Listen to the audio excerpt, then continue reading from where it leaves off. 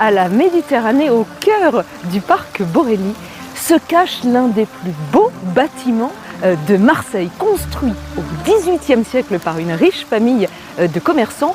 Le château Borély, au style architectural néoclassique, retrace pas moins de 4 siècles d'histoire. Je vous propose de partir à sa découverte avec moi aujourd'hui. Venez, suivez mes pas. Avant d'être un musée, ce château Borély a d'abord été une demeure familiale. Oui, c'est même la résidence secondaire de la famille Borély. Tout commence à la fin du XVIIe siècle lorsqu'un certain Joseph Borély décide d'acheter ce domaine. Ses descendants, une centaine d'années plus tard, vont décider de construire cette bastide, témoin de leur ascension sociale, parce que c'est une riche famille de commerçants et qui souhaitent se construire donc à la fin du XVIIIe siècle une bastide à la hauteur de leurs prétentions. Mais le château, je crois, a connu une grande période de travaux, n'est-ce pas? Oui, il débute dans les années 1767, mais l'année suivante, Louis Borély, qui est à l'initiative de la construction du château, décède. Et c'est donc son fils, Louis-Joseph Denis Borély, qui prend le relais et qui va même concevoir le programme décoratif et superviser son installation. Avec un goût assez prononcé pour l'art italien du XVIIe siècle, au point de recruter un peintre d'Aubagne et de l'envoyer faire un voyage d'études à Rome pour repérer tout un tas de peintures représentées sur les murs des palais romains du XVIIe siècle. Et on retrouvera des simili-copies de ces peintures. Tout en haut, là, sur le fronton, on nous parle d'archéologie. Mais c'était une réserve archéologique initialement aussi? Ce château va accueillir le musée archéologique de la ville entre 1863 et 1989, c'est pas rien. Au départ, ce sont tous ces vestiges qui étaient rassemblés dans le premier musée de Marseille, au couvent des Bernardines. Et puis, petit à petit, au fil des découvertes archéologiques ou des donations, finalement, le musée va s'étoffer. Donc c'est pour ça qu'on trouve sur la façade, musée d'archéologie, plus de 100 ans d'histoire finalement. Mais alors, aujourd'hui, c'est encore un musée, mais plus d'archéologie, n'est-ce pas? Il a encore une vocation culturelle, en tous les cas. De fait, depuis 2013, c'est désormais le musée des arts décoratifs, de la faïence et de la mode. On a des collections de mode qui viennent de l'ancien musée de la mode qui se trouvait autrefois sur la Canebière. On a des faïences, comme son nom l'indique, oui, qui étaient rassemblées au château Pastret autrefois, mais également toutes les collections d'art décoratif de la ville de Marseille. D'accord. Donc ce sont des œuvres de nature très très différentes. Et en fait, en 2009, lorsque la ville apprend qu'elle aura le label Marseille Capitale de la Culture en 2013, ouais, elle décide enfin de rassembler toutes ces collections dans un seul et même lieu, et elle décide de réhabiliter le château Borély qui n'était plus un musée depuis 1989. Elle décide de réhabiliter ce château pour accueillir ces collections et faire naître ce nouveau musée. Quand on regarde là la façade du château, c'est très impressionnant au niveau architectural, ça dégage une élégance immédiate. Oui, c'est une façade typiquement néoclassique. Le château a été construit sur les plans de Louis Clérisseau, qui est un architecte renommé pour son goût pour le néoclassicisme, c'est-à-dire cette architecture inspirée de l'Antiquité. Mais comment se révèle ce style néoclassique? Il suffit de regarder pour constater cette symétrie, cette ordonnance des fenêtres qui sont l'une sur l'autre. Il y a une grande régularité avec cet avant-corps légèrement en relief. C'est un grand classique d'avoir une grande cour d'honneur minérale, typique de ces châteaux, des constructions du XVIIIe siècle. Le château est installé dans cet écrin qui est le parc Borély et qui était autrefois son domaine, un domaine agricole. Mais est-ce que ce château a été construit en fonction de son environnement? De toute évidence, le site était un lieu stratégique. Le château a été construit sur une butte qui domine le domaine et qui a une vue absolument extraordinaire, panoramique, sur la mer avec le Frioul. On aperçoit la Bonne-Mère, bien sûr. Donc en fait, on est sur un site assez exceptionnel. C'est quand même un bâtiment où il y avait un système d'adduction d'eau. On est à la fin du XVIIIe siècle, ça n'est pas rien quand même, c'était loin d'être le cas partout. Donc il était déjà unique dans sa construction. Il n'y a pas un petit côté m'as-tu vu de montrer, regardez, je suis puissant, je suis là, j'ai mon château Borély qui écrase tout? De toute façon, dans l'histoire de l'art, on sait que ce sont les plus mégalomanes qui ont fait les plus belles créations, qui sont à l'origine des plus belles créations. Sur les mégalos, on n'aurait jamais rien eu. C'est absolument somptueux à l'intérieur de ce musée, mais on ne s'attend pas du tout à ça à l'extérieur, c'est incroyable. C'est l'effet de contraste qui a été souhaité dès le XVIIIe siècle. Effectivement, dès lors qu'on rentre dans cet espace, on comprend la magnificence du lieu. Tout est vraiment soigné dans le moindre détail. Là, derrière nous, je vois là cette rampe d'escalier. Un casque en bois doré qui est fiché sur la massue d'Hercule. Donc c'est déjà une première référence à la mythologie qui est omniprésente dans Borély. Il y a aussi très grande modernité quand je vois ce lustre très contemporain au-dessus de ma tête. Là, on comprend que dans ce château, il va y avoir ce dialogue permanent entre contemporain et XVIIIe siècle. Et là, ces 3 figures sont encore mythologiques, n'est-ce pas? Oui, ce sont des figures en grisaille inspirées de sculptures antiques qui oscillent entre le noir et le clair. L'idée, c'est de reproduire l'effet de la sculpture. Donc on mélange plein de styles ici, finalement. Oui, on est dans un musée des arts décoratifs, de la faïence et de la mode. Première salle, on en a encore une fois plein les yeux. Nous sommes dans la collection permanente, ici, collection de faïence en tout genre.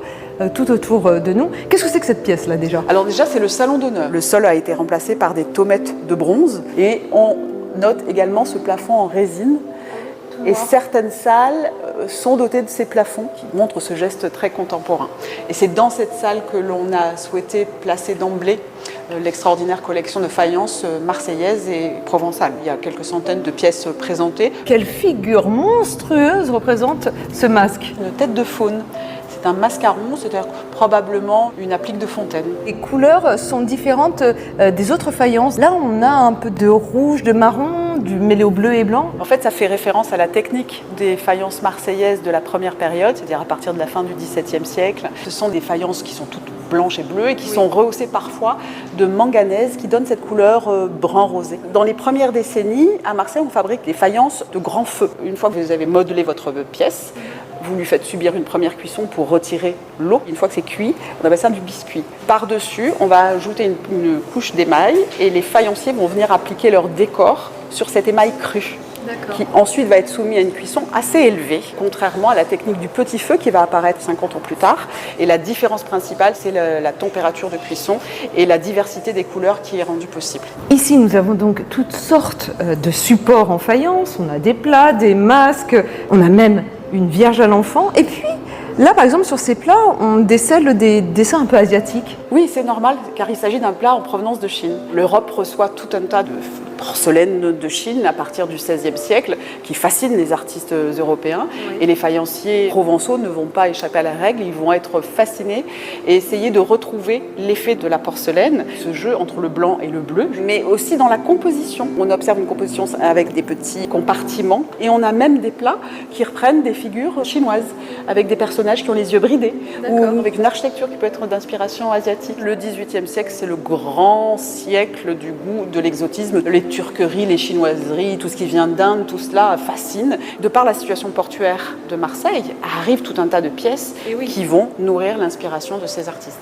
Nous voici à présent dans la salle à manger. Et là, je vois tout un service dressé. Il change régulièrement? Oui, pour pouvoir faire tourner tous nos services de faïence. Et tout autour de nous, là, je vois des couleurs or et doré. À commencer par l'installation de ce lustre d'un designer anglais qui s'appelle Lee Broom, et aussi à travers l'installation de ces toiles peintes réalisées probablement par Philippe Ray, des toiles qui n'avaient pas été conçues pour le château Borelli, mais pour une autre bastide. Mais qu'est-ce que c'est que cette pièce très étrange? Alors ça s'appelle un surtout de table. Ce sont des pièces qu'on voit apparaître à la cour de Louis XIV et qui trônaient au centre des tables, qui servaient à présenter tout un tas de petits accessoires comme les salières, les boîtes à épices, et qui étaient aussi un objet décoratif. Donc finalement, ce château Borelli réunit à la fois un art 18e, mais aussi contemporain, et en plus des pièces venues de l'extérieur. Oui, on est vraiment dans les arts décoratifs, donc effectivement. Mais qu'est-ce que c'est que cet espace?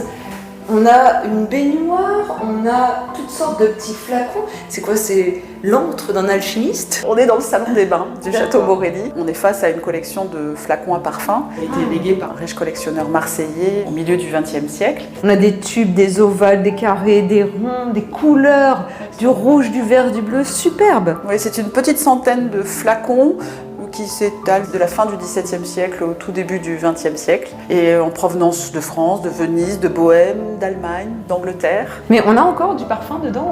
Non, ça peut être aussi des parfums, mais des flacons aussi à sel. Vous savez que les dames, ces coquettes, avaient des vapeurs, sans doute liées au port du corset, trop serré, aux odeurs fétides, parce que vous savez que le rapport à l'hygiène n'était pas le même que maintenant. Il a fallu attendre la fin du XVIIIe siècle pour qu'on commence à penser qu'éventuellement le bain pouvait avoir quelques mérites, parce que auparavant, quand on prenait un bain, c'était sous contrôle médical, c'était vraiment, il fallait se reposer avant, il fallait se reposer après. Donc en fait, le rapport à l'hygiène a commencé à changer très tardivement. Nous voici dans une pièce qui porte très très bien son nom, le salon doré. Tout est si luxueux autour de moi. Nous avons ces colonnes qui rappellent encore l'antique. Et puis, c'est quoi? Une immense banquette. Qu'on appelle une radassière, qui est la plus grande de Provence. C'est un meuble inspiré directement des sofas ottomans. Donc là, on retrouve le goût des Borelli pour l'Orient. Et celle-ci fait près de 8 mètres, donc elle est excessivement grande, c'est la plus grande connue. Pourquoi radassière? Est-ce que ça fait référence au verbe se radasser, qui veut dire s'allonger, Se radasser? Ah, tu te radasses? Je ne connaissais pas l'expression. On retrouve effectivement ce goût de l'antique. Et bon, la banquette, elle est mise en scène sur une estrade, dans une alcôve bordée de colonnes. Et on retrouve ces peintures directement inspirées des palais romains, du mobilier d'origine, avec ces potiches chinoises ou japonaises. Quelle était la fonction première de cette salle? C'est un espace d'échange, de divertissement. C'est pour ça qu'on trouve des tables de jeu. C'est une pièce de réception aussi. Et nous voici dans une nouvelle couleur. Là, cette fois-ci, c'est orange. Nous sommes dans une galerie, la galerie Parocel. Qu'est-ce que ça veut dire? C'est le nom de quelqu'un? C'est le nom d'un artiste pour qualifier cette galerie qui est maintenant dédiée à la faïence de petit feu par opposition au grand feu. J'ai retenu la leçon. Mais qu'est-ce que c'est que ce drôle d'objet avec une grenouille en son sommet? C'est une glacière en faïence de petit feu, d'où la richesse et la diversité des couleurs. Et ce qui est assez amusant, c'est que l'on observe une petite grenouille comme ça. Et en fait, on mettait de la glace à l'intérieur, dans le bassin, mais on en mettait également au-dessus. Et lorsque la grenouille avait les pieds dans l'eau, c'était le signe que la glace avait fondu. Ah, c'est génial, c'est astucieux. Là-bas, je vois qu'il y a d'autres types d'objets. Qu'est-ce que c'est? Ce sont des pots pourris, donc qui servaient à parfumer la pièce. Je croyais que c'était des souris noires, alors je me suis dit, on en est loin. Nouvelle pièce, une fois encore, nouvelle ambiance, nouvelle couleur. Je crois que ça s'appelle la salle des cuirs. Et je ne comprends pas du tout, mais pas du tout pourquoi. Où est le cuir ici? C'est une tenture de cuir. Là? Oui. Ah oui, mais alors c'est comme un papier peint, mais sous support cuir. Exactement. Avant l'avènement du papier peint et sa diffusion dans le courant du 19e siècle, au mur, on pouvait mettre des tentures de tissu, mais aussi de cuir. Et là, c'est une technique qu'on appelle les cuirs de Cordoue, les cuirs dorés, même si ce n'est pas de l'or, ce sont des feuilles d'argent noyées dans un vernis jaune. Très étrange ces deux pièces. Nous avons quoi? Un plat tableau et un homme singe? Oui, et là, on est face à deux pièces majeures des collections. Un des chefs-d'œuvre du musée qu'on appelle la plaque au singe, qui date du 18e siècle. Et ça, c'est une pièce contemporaine puisqu'elle date de 2016 d'une artiste australienne. Ce petit singe prénommé Harold fait directement écho à cette tradition des singeries qui apparaît en Europe au XVIIe, XVIIIe siècle, qui vise à travestir les singes et à les représenter dans des attitudes humaines pour mieux se moquer des hommes. D'accord, bien sûr. Ça rappelle un peu les fables de La Fontaine finalement. Bien sûr. Mais pourquoi s'appelle-t-il Harold, cet homme singe? Alors c'est un hommage à Lord Byron, dont un des poèmes a inspiré l'artiste. Et donc en fait elle a représenté sur le dos d'Harold des éléments de ce poème qui s'appelle Le pèlerinage de Childe Harold. Elle est truffée de références à la mythologie, à travers des représentations par exemple de Cupidon ou de Psyché, mais des références aussi à la littérature. On a la représentation de Rousseau, de Pétrarque, et aussi des références à la peinture, parce qu'il y a une petite copie du tableau de Friedrich, Le voyageur au-dessus de la mer. C'est aussi un clin d'œil à la toile de Jouy, à l'art du tatouage, au-delà de cette référence aux singeries du XVIIIe siècle. Mais où est-ce qu'on est là, dans un couloir? Waouh! Avec... C'est quoi, c'est du papier peint là cette fois? C'est du papier peint de 1815, mais aussi intéressant soit-il, c'est pas vraiment ça que je vais vous montrer là tout de suite. Ah bon, mais c'est quoi? Un petit passage secret. Bah où ça? Alors j'ai besoin d'aide pour qu'on y accède, mais... Comment ça? Mais qu'est-ce que... Je comprends pas que c'est... Mais oula! Deux hommes surgissent de nulle part et sont en train de détruire le mur. Oh! Mais il y a une ouverture là! Parce que vous savez, les Borelli, ils avaient des domestiques, mais ils n'aimaient pas tellement emprunter les mêmes passages. Et ces deux types de personnes cohabitaient sans vraiment se croiser. Et donc là, je vais vous emmener dans l'une des chambres. C'est génial, je vous suis, allez-y, vous passez devant quand même. Alors attention, hein. C'est top. Oh, mais où est-ce que vous m'emmenez là? Vous n'avez pas peur? Bah si. Bon, bah vous avez raison. Il faut être prudente. Mais j'ai pas du tout envie de monter. J'ai attendu qu'elle monte en premier. Je comprends pourquoi il y a des crochets là. C'est l'aventure. Où va-t-on, bon sang? Oh là là. C'est de plus en plus étroit. Mais où est-ce qu'on est? On m'emmène dans les chaudières. On dirait une petite chambre sous les toiles avec cette belle charpente. C'est une chambre de domestique et on perçoit encore le vieux papier peint. Vous pensez pas qu'il y avait des histoires aussi un peu d'adultère où les personnes allaient se faufiler dans cette... Parce que c'est très caché quand même. Oui, mais c'est justement, ce sont les appartements des domestiques. Après, je ne peux pas vous garantir qu'il n'y a pas eu des scènes salaces dans certaines de ces pièces, mais voilà. Et nous voici dans la chambre d'apparat. Et là encore, un passage dérobé nous attend. Tout à fait. C'est où? Alors, c'est derrière le paravent. Et pourquoi chuchote-t-on? Parce que c'est un passage dérobé. C'est secret.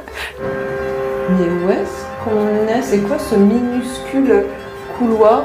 Ce qu'on appelle la garde-robe, ou on dirait maintenant le dressing de la chambre. Il manque juste les vêtements là pour l'instant. Ah mais ça continue par là. Eh oui. Il y a encore une autre porte. C'est l'escalier de service, c'est ça? C'est ça. Donc ça veut dire que les domestiques pouvaient très rapidement avoir accès à la chambre des propriétaires. Grâce à ces passages dérobés, ils peuvent accéder aux appartements des demoiselles, à la chambre d'apparat, à la chapelle. Mais là, on est dans une chapelle, c'est à peine croyable, on l'imagine pas un instant cette chapelle, on la voit pas de l'extérieur. Effectivement, elle est tout à fait cachée dans l'architecture du château.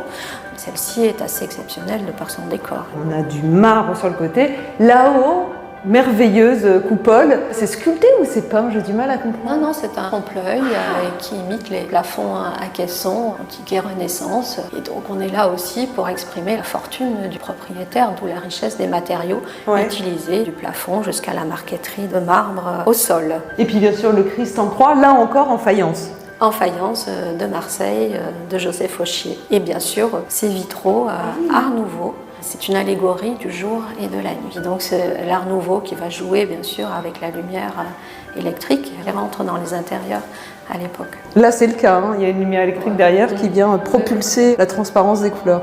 Mais dès qu'on arrive au sommet de cet escalier, on est accueilli royalement par ce plafond entièrement peint. Oui, c'est Apollon qui vous accueille à l'étage, effectivement, juché sur son char. Magnifique. Ça donne envie en tous les cas de poursuivre l'aventure au premier étage. Là, c'est une exposition temporaire qui m'attend. Sur quoi? Qu'est-ce que je vais voir? Art Nouveau, Art Déco. Art Nouveau, Art Déco, c'est parti. C'est une expo donc dédiée à l'Art Nouveau, à l'Art Déco. Mais quelle est la différence entre ces deux termes exactement? Ce sont deux styles majeurs du XXe siècle qui sont tous les deux le reflet de la modernité, de leur époque.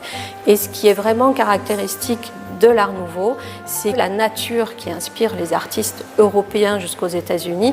On dirait que les vases, on dirait que les meubles ont carrément poussé du sol, comme si la sève courait dans le bois, dans le métal, dans le verre. Ici, on est plutôt le focus sur Paris avec un des grands représentants de l'Art Nouveau, Hector Guimard, que l'on voit à travers ce fauteuil. Et ça illustre bien ce que je vous disais tout à l'heure, cette nature qui guide la forme de l'objet. On a bien sûr le vitrail, parce que ça touche toutes les disciplines artistiques. Donc on a ces bouillons parisiens qui sont décorés de grandes verrières. C'est la grande tradition de la porcelaine, bien sûr, Sèvres, mais c'est aussi une manufacture qui va vouloir se renouveler à cette époque-là. Donc il va demander à des artistes de renom de travailler sur de nouvelles textures, des coulures des mots. Et nous voici maintenant du côté de Nancy, mais comment ça s'exprime l'art de Nancy? Autour de la figure d'Émile Gallé, qui va s'entourer d'artistes, les frères Muller, les frères Daume, Louis Majorel.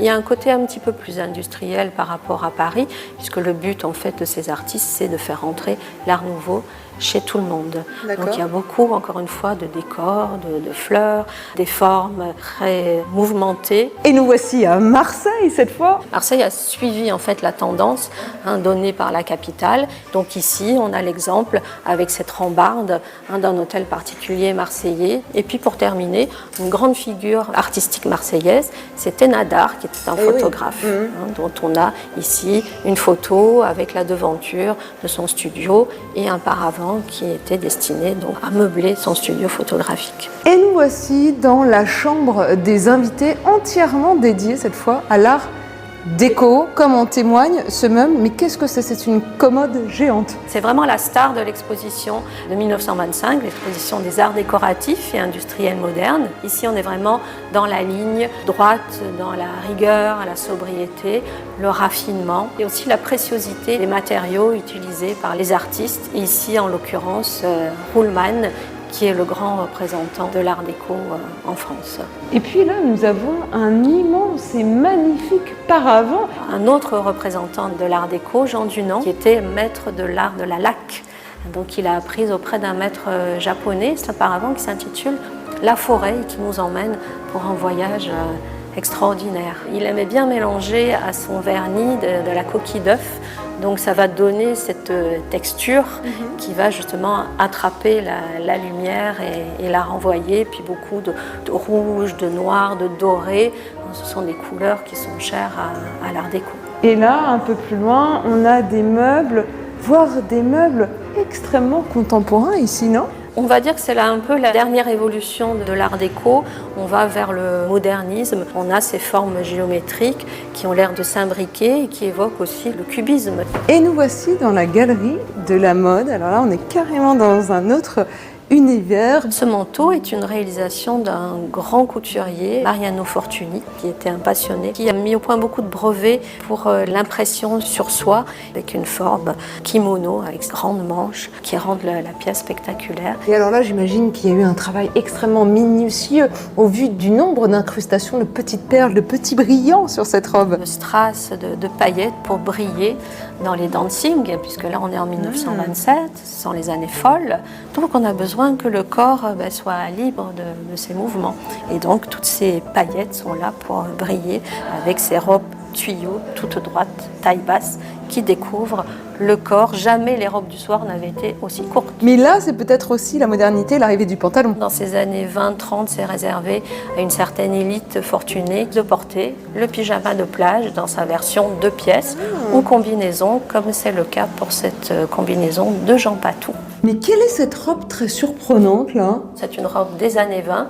C'est un modèle signature de la couturière Jeanne Lanvin qui la reproduisait pour les petites filles, pour les jeunes filles, pour les mamans et qui se caractérise surtout par un buste plutôt, on va dire, ajusté et une jupe très ample qui était soutenue par des petites cerclettes qui évoquent justement les paniers 18e siècle. Alors là, nous sommes dans une pièce d'une grande sobriété. Comme l'aimait l'art déco, l'expression du plus pur raffinement, noir bien sûr, avec des incrustations de tissu, une coupe dans le biais qui fait que la robe épouse le corps comme un gant. On n'est plus du tout dans la robe tuyau de la garçonne, on revient à des formes féminines. Et Chanel est une virtuose dans la robe du soir de ces années 30. Qu'est-ce que c'est que cet escalier qui n'a, faut bien dire, aucun sens ? C'est bizarre, non ? Bon, vous avez envie d'une vue panoramique ? Oui. Alors suivez-moi. Oh, on va pas passer par la fenêtre. Si, on passe par la fenêtre. Ah, il y a même un escalier, c'est génial. Waouh, mais c'est génial, on est vraiment sur le toit. Et là, on passe entre les tuiles. On a une vue panoramique là sur tout Marseille. Oui, effectivement. À commencer par les Calanques, avec la Rouvière, la Cité Radieuse, le Brasilia, le Vélodrome. On a la mer avec les îles du Frioul et puis la Bonne Mer qui brille de mille feux. Le parc de ce château Borelli, il s'étend sur 17 hectares. C'est le parc le plus fréquenté de la ville de Marseille. On a une partie à la française ici qui a été aménagée à la fin du XVIIIe siècle, qui comprend à la fois des alignements d'arbres, vous avez des fleurissements et des végétaux taillés en taupière, taillés en cubes, en cône ou en carré. C'est un art typiquement français. Plus à l'ouest du jardin, on change tout à fait d'atmosphère. Ici, on a un cadre beaucoup plus libre, c'est ce qu'on appelle un jardin à l'anglaise, c'est ça ? Voilà, à l'anglaise, où on va avoir des allées courbes. Là, au bord du lac, nous avons des végétaux qui sont typiquement seconde moitié du 19e siècle. Nous avons des cyprès chauves, des peupliers ou encore des platanes. Vous avez beaucoup de ragondins sur le parc Borelli. Il y en a dans tous les petits chemins et parfois ça peut poser des problèmes au niveau des arbres puisqu'ils vont grignoter les troncs d'arbres et on peut avoir quelques soucis avec ces ragondins. Ici, on est encore dans une autre partie du parc. C'est le jardin botanique de la ville de Marseille depuis maintenant près d'un siècle qui est composé de 9 jardins thématiques. Vous avez le jardin des Justes juste à côté sur les plantes médicinales et là nous sommes dans la partie méditerranéenne. Ça va être des plantes qui sont assez résilientes aux très très grande chaleur, à la fois au grand froid aussi. Vous avez des oliviers, des caroubiers, des pistachiers et autres qui viennent participer à la composition de nos jardins. En tout, on a combien d'espèces, de variétés d'arbustes, d'arbres, de fleurs, de plantes? Alors sur le jardin botanique, il y en a plus de 3000 à l'heure actuelle. Donc on cultive l'eau aussi en plus des plantes. Et ce qui permet aussi, même si on a des oliviers ou des plantes de climat très sec, d'avoir aussi du peuplier.